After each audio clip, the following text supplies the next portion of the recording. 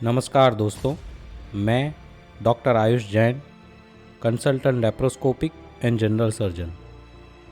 पिछले अंक में हमने देखा, दूत के उत्तर सुनकर दशानन को लगा कि अब वानर वंश को उसका स्थान दिखाना पड़ेगा।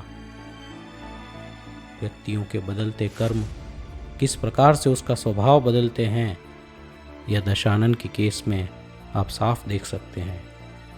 और अगर देखा जाए तो दोनों की तरफ से दोनों ही अपने आप में सही थे। दशानन भी अपनी जगह पर सही था और बाली भी अपनी जगह पर सही थे। दशानन अपनी सेना लेकर किष्किंध नगर पहुंचा और युद्ध में हाथी, अश्व और मनुष्य वनस्पति की तरह कटने लगे। पर दशानन अपने मान में इतना ओतप्रोत था कि भगवान जिनेंद्र का परम भक्त दशानन को इतने पशु और मनुष्य मरते देख कर भी उसका हृदय द्रवित नहीं हुआ। सचमुच यह मान का आवरण आ जाने से एक व्यक्ति की क्या स्थिति होती है। पर बाली नरेश के मन में अनुकंपा जागृत हुई। बाली ने दशानन को संदेश भिजवाया, दशानन, आप भी आत्मज्ञानी श्रावक हैं, मैं भी आत्मज्ञानी श्रावक हूँ। व्यर्थ की हिंसा से हमें बचना चाहिए। अगर आपको लगता है कि युद्ध करना आवश्यक ही है तो आइए सिर्फ हम दोनों युद्ध करते हैं। निर्दोष सैनिकों और पशुओं को मरवाकर यह पृथ्वी को रक्त रंजित क्यों करना। रावण भी सम्यक दृष्टि अर्थात आत्मज्ञानी श्रावक था। उसे लगा बाली की बात सही है और दशानन ने युद्ध रोक दिया। यहाँ पर काफी लोगों को यह प्रश्न होगा कि सम्यक दृष्टि या आत्मज्ञानी श्रावक अर्थात क्या। श्रावक अर्थात जो जिनेश्वर भगवान के वचनों पर चलता है, यानी कि आप समझ सकते हैं जैसे भगवान का भक्त। और यहाँ आत्मज्ञानी, सम्यक दृष्टि अर्थात वह जीव जिसे भान है कि वह एक शुद्ध आत्मा है। उस व्यक्ति या जीव को यह भेद ज्ञान है कि वह शरीर से भिन्न है और उसके चित्त में उत्पन्न समस्त भावों से भी वह भिन्न है। उसके चित्त में उत्पन्न होने वाले पॉजिटिव भाव जैसे कि दया, करुणा, परोपकार की भावना, स्वाभिमान, इन सारे पॉजिटिव भाव और मान, अपमान, ईर्ष्या, राग, द्वेष, माया, मोह, लोभ वैसे नेगेटिव भाव, वह सारे पॉजिटिव और नेगेटिव भाव से अपने आप को भिन्न अनुभव करता है। आप कहेंगे यह तो सबको पता है कि वह आत्मा है, शरीर नश्वर है, शरीर को यहीं छोड़ के जाना है। पर उस बात को मानना और उसको अनुभव करना, उसमें जमीन आसमान का फर्क है। लोग यह मानते हैं कि शरीर और आत्मा भिन्न है, जानते नहीं हैं। सम्यक दृष्टि स्वयं को जानने की शुरुआत है और केवल ज्ञान स्वयं को पूर्ण रूप से जानने का परिणाम है। और केवल ज्ञान के बाद जब जीव की मृत्यु होती है तो वह जीव मोक्ष में स्थान प्राप्त करता है। यहाँ पर ऐसा बिल्कुल नहीं है कि कोई कहे दया, परोपकार, माता पिता की सेवा, भगवान की भक्ति ये सब क्यों करना। यह विचारधारा तो अत्यंत भयंकर और खतरनाक है। थोड़ा और क्लैरिफिकेशन करते हैं। रावण का जीव अभी भले जो भी क्रिया करता हो वह आत्मज्ञानी है। आत्मज्ञानी जीव के शुरुआत के कुछ भावों में आपको यह सारे नेगेटिव कार्य या नेगेटिव व्यवहार, भोग, वासना यह सब आपको दिख सकते हैं। और रावण प्रतिवासुदेव था। प्रतिवासुदेव के जीवन में इस प्रकार का प्रायः आपको दिखता है। पर जैसे जैसे समय जाता है, कुछ भावों के बाद यह सब नेगेटिव भाव धीरे धीरे बंद हो जाते हैं और आखिर में वह जीव संपूर्ण अहिंसा और त्याग में आकर साधु जैसे जीवन में आ जाता है। और उसके विपरीत अगर हम बाली को देखें तो उसका जीव में तो भोग, वासना वगैरह ज़्यादा कुछ था ही नहीं, फिर भी वह जीव भी सम्यक दृष्टि था।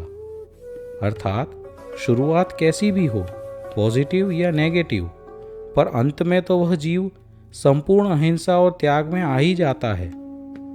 यह पूरा प्रोसेस उनके कुछ भावों में हो सकता है, उसी भव में भी हो सकता है, सैकड़ों हजारों लाखों भव में भी हो सकता है, पर इतना फिक्स है कि एक बार जीव को सम्यक दर्शन होता है तो वह देर से ही सही ऊपर नीचे होते होते उसकी आत्मस्थिति टॉप मोस्ट हो जाती है और आखिर में वह केवल ज्ञान पाके रहता है। हालांकि सम्यक दर्शन होने के बाद वह जीव फिर से अज्ञानी भी हो सकता है। ऐसे कुछ एक्सेप्शन भी होते हैं। जो व्यक्ति दूसरों के प्रति दया, करुणा और परोपकार की भावना रखता है, उस व्यक्ति को अगर आत्मज्ञान नहीं है तो उसे पुण्य का बंधन होता है, और जिस प्रकार उसने दूसरों को सुख दिया, अगले भव में उसे भी सुख मिलता है, अच्छा संसार मिलता है, जीवन में तकलीफ़ें कम मिलती हैं।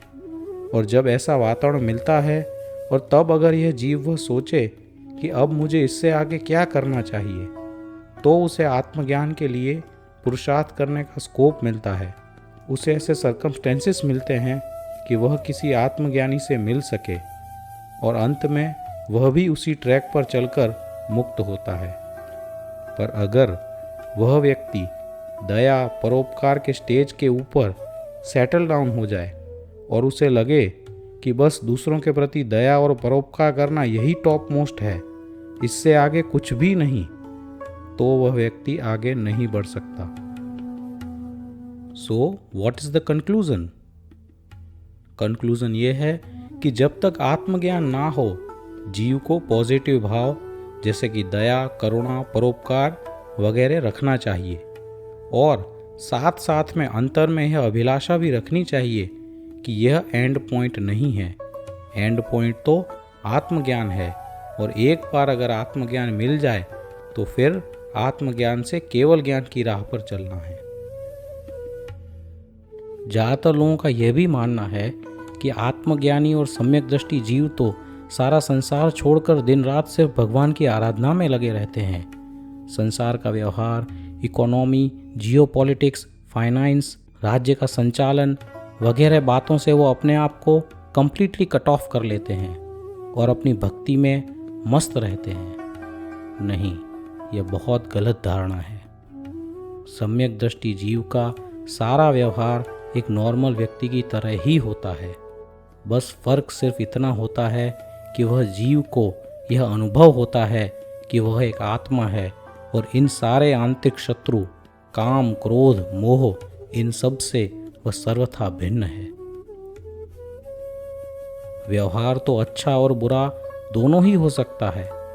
रावण ने इतने युद्ध लड़े, कितने ही सैनिक और पशुओं की मृत्यु का वह कारण बना, पर फिर भी वह जीव सम्यक दृष्टि है, क्योंकि आत्मज्ञानी होना और उसका बाहर का व्यवहार, उसमें एक दूसरे से कोई लेना देना नहीं है। दोनों सर्वथा भिन्न हैं, और यह सम्यक दृष्टि जीव का कोर फीचर है, यानी कि मुख्य लक्षण है। इसलिए कोई जीव की बातों से, व्यवहार से यह बताना असंभव है कि यह जीव सम्यक दृष्टि है। यह बात सिर्फ और सिर्फ वह जीव स्वयं जानता है, या तो सर्वज्ञ भगवान जिन्हें केवल ज्ञान है वह जान सकते हैं। हमारी इस रामायण के इतिहास में रावण और बाली दोनों ही ऐसे सम्यक दृष्टि जीव थे।